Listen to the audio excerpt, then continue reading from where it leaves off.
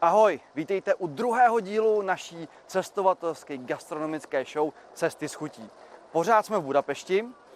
Minule v prvním díle jsme ochutnali langoše, lečo, slané a sladké palačinky a šomloj galušku.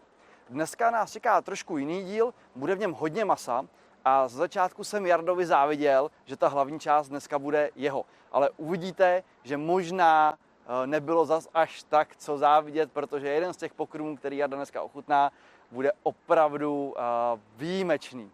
Takže vítejte v Budapešti a jdeme ochutnávat.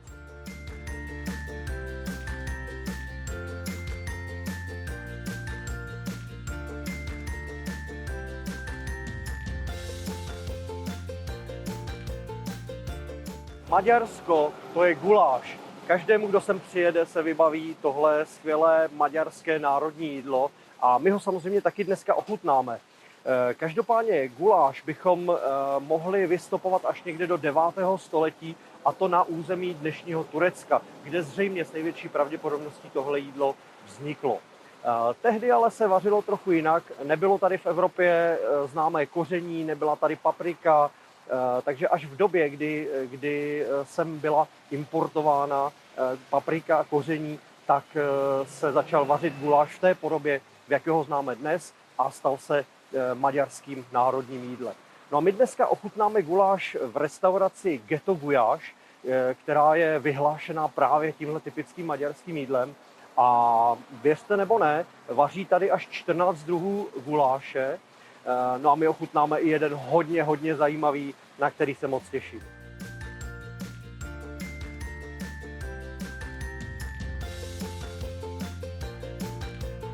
Pokud si v Maďarsku objednáte guláš, můžete být překvapeni, protože to nebude takový guláš, který znáte z našich českých hospod, ale bude to spíše gulášová polévka. A už se nám to nese.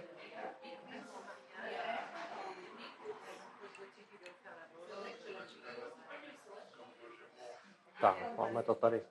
Děkuju, thank you. A můžeme vyzkoušet. Takže vidíte, že je to lehce jiná konzistence. Máme to v polévkové talíři, takže jdeme se do toho pustit.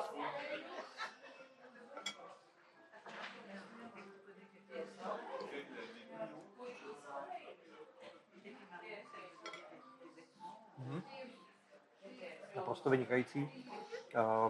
Typická opravdu gulášová chuť a je to fakt něco mezi gulášovou polévkou a gulášem.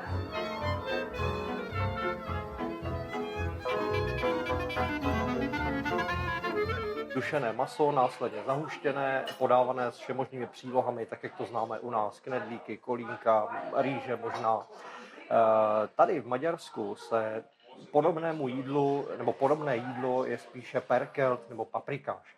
A více o rozdílu mezi těmito jídly nám poví manažer restaurace Turuk Balázs. Budapesten a 7. kerületben. Az éttermünk az egy pörköltöző, ami azt jelenti, hogy 13-14 féle pörkölt van állandóan az étlapon. Ez mellett magyaros levesek, illetve desszertek is. A nagy különbség, amit érdemes elmondani, a gulyás és a pörkölt között. Nagyon sok külföldi ember gondolja azt, hogy a gulyást azt úgy hívjuk, hogy pörkölt irat, pörköltet, hogy gulyás. A gulyásleves a gulyás az egy leves, ami azt jelenti, hogy van benne marhahús, répa, burgonya, és az tényleg egy ilyen likvidebb dolog. A pörkölt az mindig egyfajta hús, ami jön egy szósszal és valamilyen körettel. Ez lényegében a különbség a gulyás és a pörkölt között. Van még egy dolog, amit érdemes elmondani, hogy mi a különbség a pörkölt és a paprikás között. Lényegében a pörkölt és a paprikás között a tejföl a különbség, tehát minden paprikás pörkölt, de nem minden pörkölt paprikás, tehát a paprikásban van a tejföl. Szia, Dávid! No a tady máme ukázku těch dvou jídel, o kterých mluvil manažer restaurace Turuk Balázs. Perkelt z vepřového kolené s bramborami a druhé jídlo je paprikáš telecí.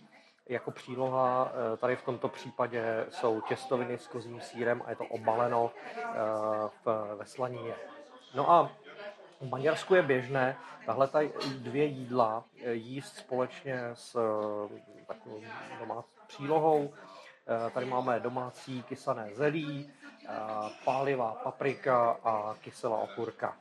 No a teď už přichází to, na co se vždycky každý těší úplně ze všeho nejvíc, a to je ochutnání. Pustíme se do toho. Začneme tady perkeltem, o kterém jsem mluvil, vepřové koleno s bramborem.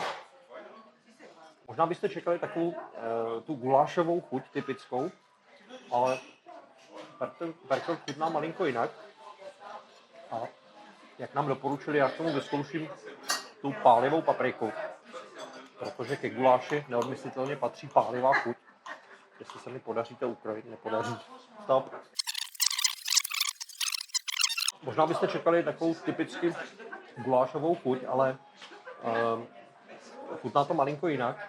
Ne úplně jako ten náš známý typický guláš. Já k tomu vyzkouším tu pálivou papriku, protože mně ke guláši vždycky patří ta pálivá chuť.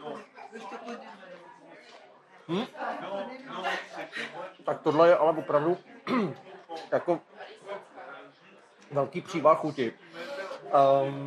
Jo, tak tohle doporučuji, to určitě vyzkoušejte.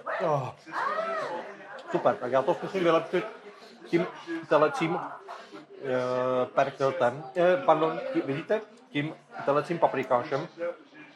A protože tam je ta smetana, tak to by mohlo trošku zjemnit tu pálivou chuť, doufám.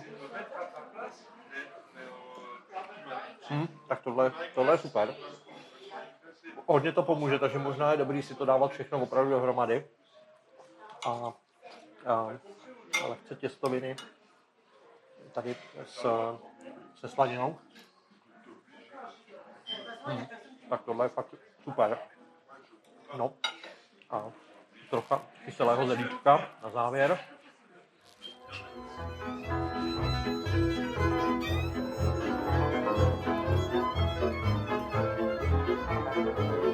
No a máme tady další 4 druhy jídla, které se vám pokusím popsat. Tady máme hovězí perkelt, takhle ukážu.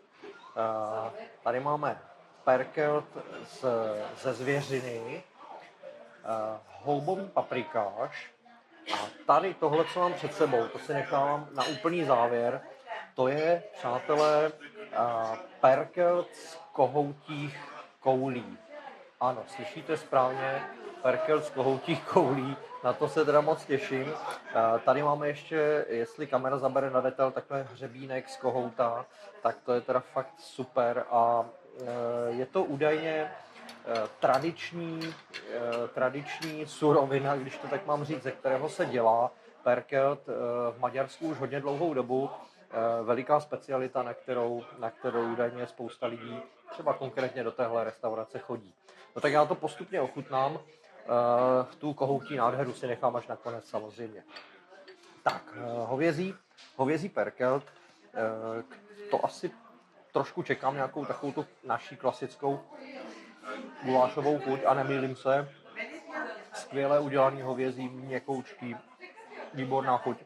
Fakt musím říct, že tohle je asi nejblíž zatím tomu našemu českému guláši, tak jak ho známe my. Zvěřina.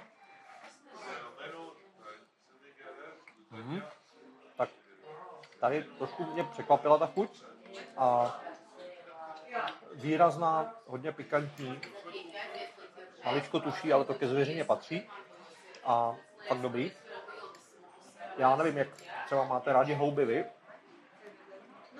Já jsem je vždycky jako malej vybíral z těch jídel, ale proč to neskusit v guláši, respektive v paprikáši, abych říkal správně. Můj favorit to úplně nebude, ale jo, zajímavá chuť. No a teď to poslední, na co se všichni určitě hodně těšíte, tak já ten hřebínek takhle trošku odložím a vyberu si tady jednoho krasavce. Tak, takhle nějak to vypadá. No, tak dobrou chuť. Vůbec to nechutná jako guláš. Ale já vlastně to nebudu ani popisovat. Přijďte si na to tady do Budapešti, přijďte to ochutnat. Prý si máme dát i kousek toho hřebínku, tak to zkusím. No, tak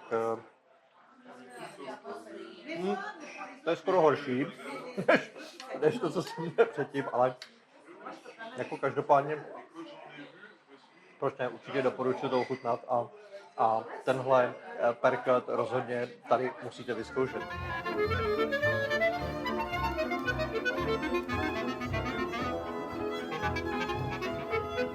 No a po dobrém jídle je potřeba si dát kvalitní digestiv. My tady máme typickou maďarskou pálinku pro opravdové znalce, tady tahle 60%. A sami vidíte, že těch druhů pálinky je opravdu nepřeberné množství, takže každému dle jeho chuti.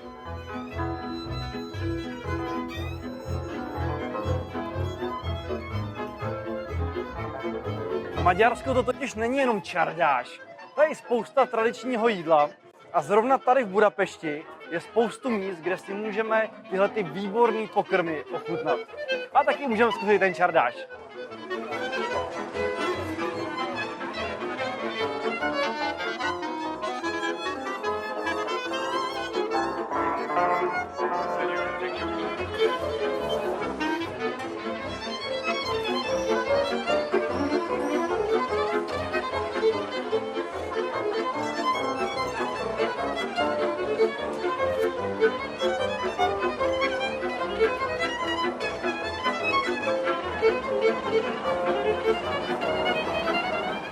Tak, teď jsme si dali skvělý guláše, měli jsme gulášovou polévku, měli jsme i takovou tu lehce pikantní záležitost, to byly ty koule. No a po tomhle je potřeba si dát něco sladkého, nějakou tečku sladkou. Tomáši, máš tam něco? Jardo, člověče, mám tady skvělý dezert, na který můžeš narazit všude po Praze, protože jde o typický historický pražský dezert.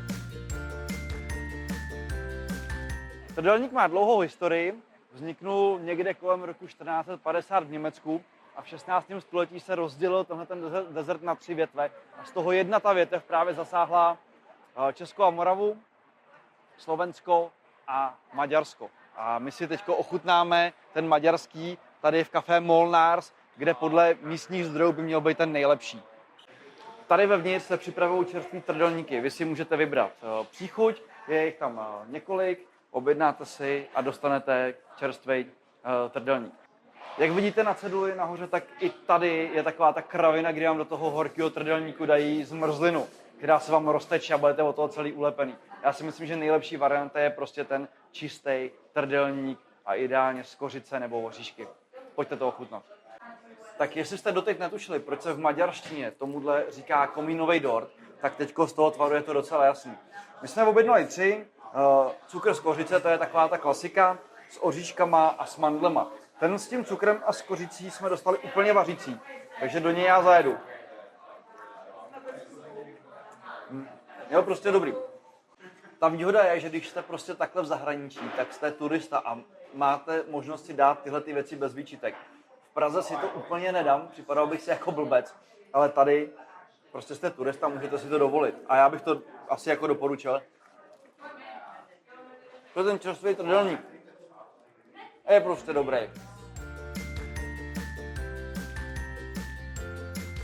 Tak, to byl druhý díl našeho pořadu Cesty s chutí. Já doufám, že se vám to líbilo. Mně se to líbilo moc. Skvělé guláše, trdelník, teda musím říct, že nejvíc si z toho budu pamatovat ten kohoutí hřebínek.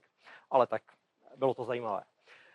Každopádně už příště nás čeká spousta dalších dobrot tady z Budapešti, takže se rozhodně dívejte a těšíme se na vás.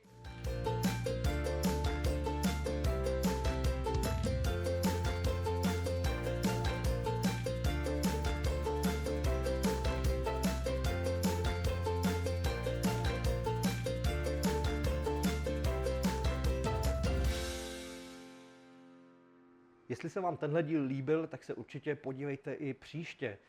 Lajkujte, sdílejte, řekněte o tom všem svým kamarádům, babičkám, dědečkům, budeme se na vás na všechny těšit. A jestli nás chcete pozvat na pivo a nepotkáme se osobně, můžete použít QR kód a nebo najdete instrukce dole pod videem. Takže příště zase na zdraví. Na zdraví.